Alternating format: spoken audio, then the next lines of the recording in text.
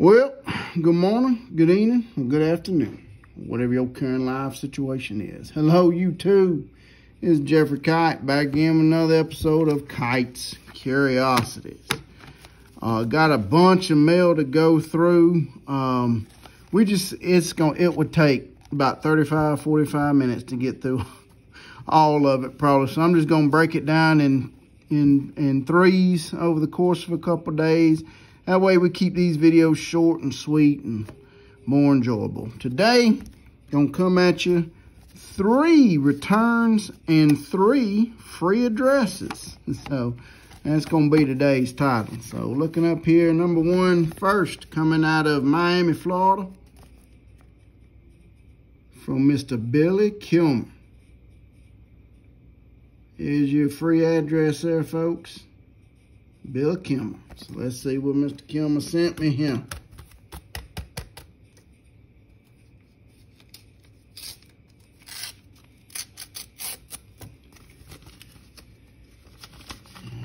Oh, yes. He signed the index card too. Woo! Look at that. Billy Kilmer. Quarterback. Great quarterback for the Washington Redskins. Let's get it. It got a little dark here at the house, so see that? And check this index card out here. Look at that. Beautiful. This is going to go on the College Football Hall of Fame wall. Why, you ask? Well, I'll tell you why. In 1960, Billy Kilmer was one of the greatest football players in the country. He was amazing. He was the Pac-10. They was called that, I think, the Amateur Athletic, Western Athletic Union Conference. I don't know. It was something weird back in the day, but it's Pac-10 now, or used to be. I don't know what. College football done changed so much over the past couple of weeks. It's just been wild. But while at UCLA, he led the conference that UCLA was in. How about that? We'll just say it that way. Led that conference in passing yards, touchdown passing, rushing yards, rushing touchdowns, yards from scrimmage, touchdowns responsible for, and scoring. I mean, he was Mr. Everything for the UCLA Bruins that season in 1960, and he was rewarded by being named an All-American. And conversely, he also led the nation in total yards. Just a tremendous player in college, and was eventually voted into the College Football Hall of Fame in 1999. He went on to a great NFL career with the 49ers, Saints, and Redskins.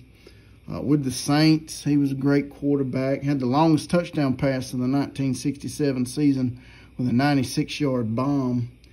And eventually found his way onto the Redskins, where he was a Pro Bowl selection in 1972. When he led the NFL in touchdown passes and led the Redskins to the Super Bowl, only to be defeated by the 17-0 Miami Dolphins that season. He still had a great playing career after that. Had another 96-yard touchdown pass for the Redskins in 1975. And in 1975 and 1976, he had an NFL best 4 game-winning drives. 4. Count them, 4 game-winning drives to lead the league, or he was tied with some other people for the league lead that year. And in 1976, I think he was tied with somebody for an NFL best 3 fourth-quarter comebacks. So, I mean, he was a great ball player, tremendous ball player. And, you know, if he's not a Hall of Famer, he's at least in the Hall of Very Good. And we know he's a College Football Hall of Famer. So, hats off to Mr. Billy Kilmer. Thank you so much for sending that back. We're going to get that bad boy framed up.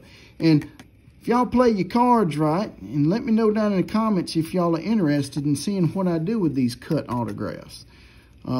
Just let me know. I'm thinking about putting together a little project one day and letting y'all see what I do with them. All right, moving on here to Mr. Virgil Carter. This is from Virgil and Donna Carter. Returned address, stamp mark is parts unknown, but we know it came from Grand Terrace, California. Let's see now. You gotta be careful tearing this one.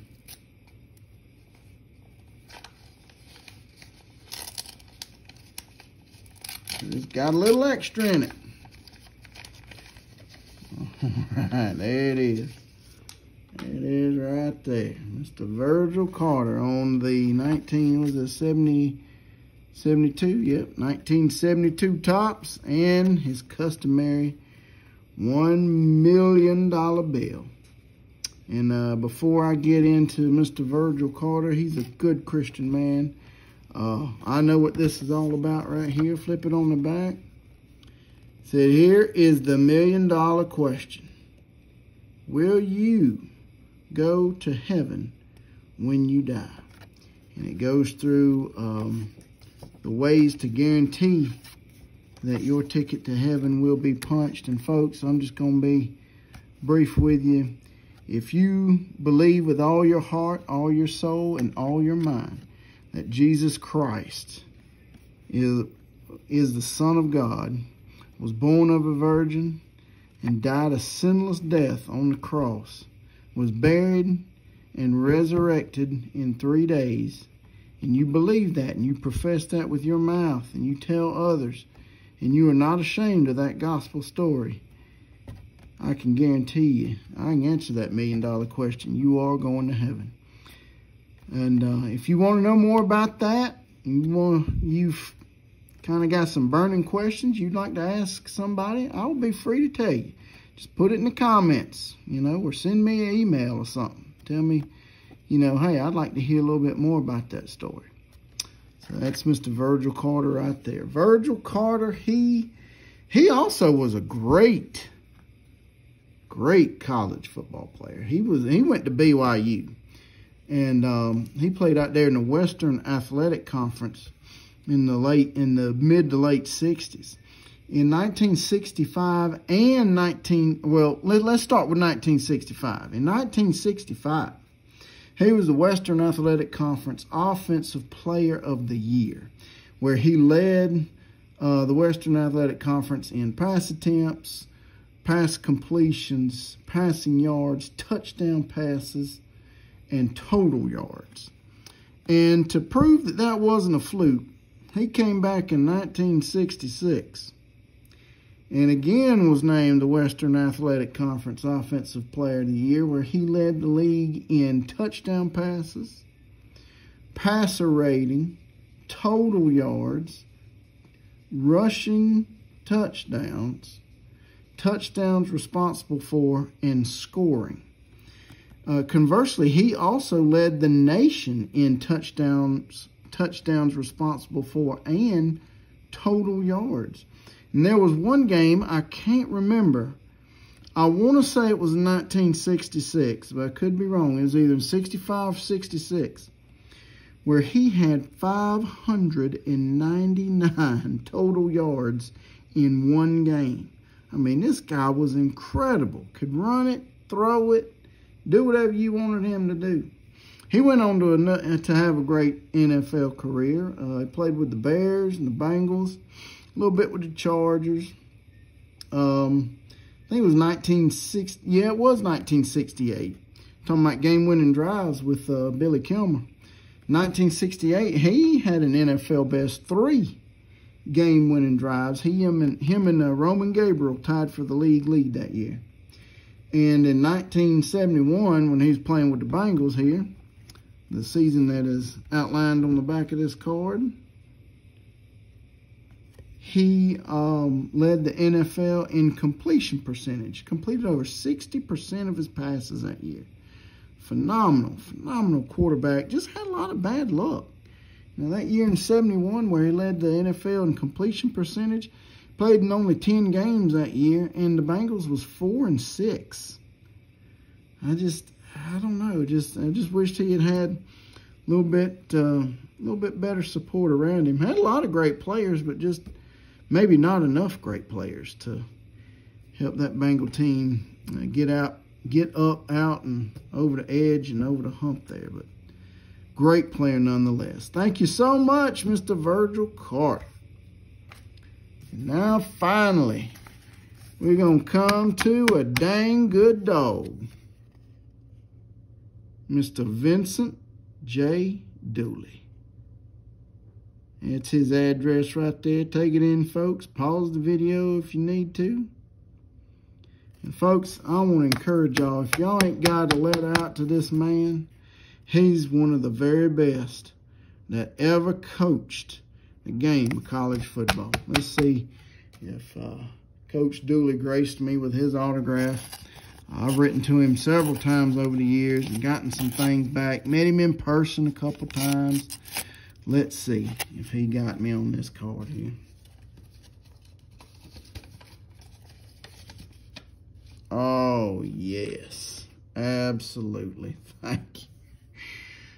Thank you so much, Coach Dooley.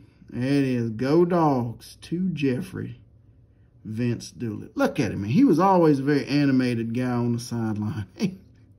And one of the coaches trying to hold him back. Who is that guy? I can't. It's not Irk Russell. Irk was gone by that time. I don't know who that is, but look, grabbing Coach Dooley by the arm. He's got them fist pumping, boy. He's like, ain't no telling who he's rooting for. It could be Rodney Hampton, Lairs Tate, God rest your soul, Tim Worley. I mean, he had Keith Henderson. I mean, he had some running backs back in the day. Let me tell you about old Coach Dooley here. Now, Coach Dooley, when he was a young man, he was a quarterback at Auburn. Played 51, 52, and 53. And that team that he was on in 1953, he helped guide that team to a 7-2-1 record and a number 17 ranking nationally and a Gator Bowl berth. Well, they didn't pull it out against Texas Tech that year. They lost to them in the Gator Bowl, but still, I mean, that was a pretty good little Auburn team there. Coach Dooley went on into coaching and found his way at the University of Georgia, and I think it was 1963, I think it was, 64, somewhere around there. And came the head coach, and from there on had a really good, incredible run of success. 6 SEC titles, 201 wins, 8 bowl victories, and of course, hopefully, if you're a college football fan, we all know the 1980 national championship team for the University of Georgia, led by Herschel Walker, and Scott Werner. Herschel and Scott, they are in the College Football Hall of Fame too. So Coach Dooley, he wound up being in the College Football Hall of Fame himself, getting elected in 1994. Folks, he's a legend. He's right up there with Bear Bryant, Bobby Bowden, I mean, all the greats. Y'all got the address. Here it is. I want y'all to write to him if y'all get a chance. There it is again, folks. Millage Circle in Athens. Tremendous face and figure in college football and a great TTM signer. Y'all give him a shot. Well, there you have it, folks. We got 3 returns. We got Vince Dooley, Virgil Carter, Mr. Billy Kilmer. I can't get them all in. Let's see if I can pan out. Do that justice. There we go. All right, folks. As always, like, comment, subscribe. Do whatever you want to do. Till next time. Y'all take care now. Have a good one. Bye.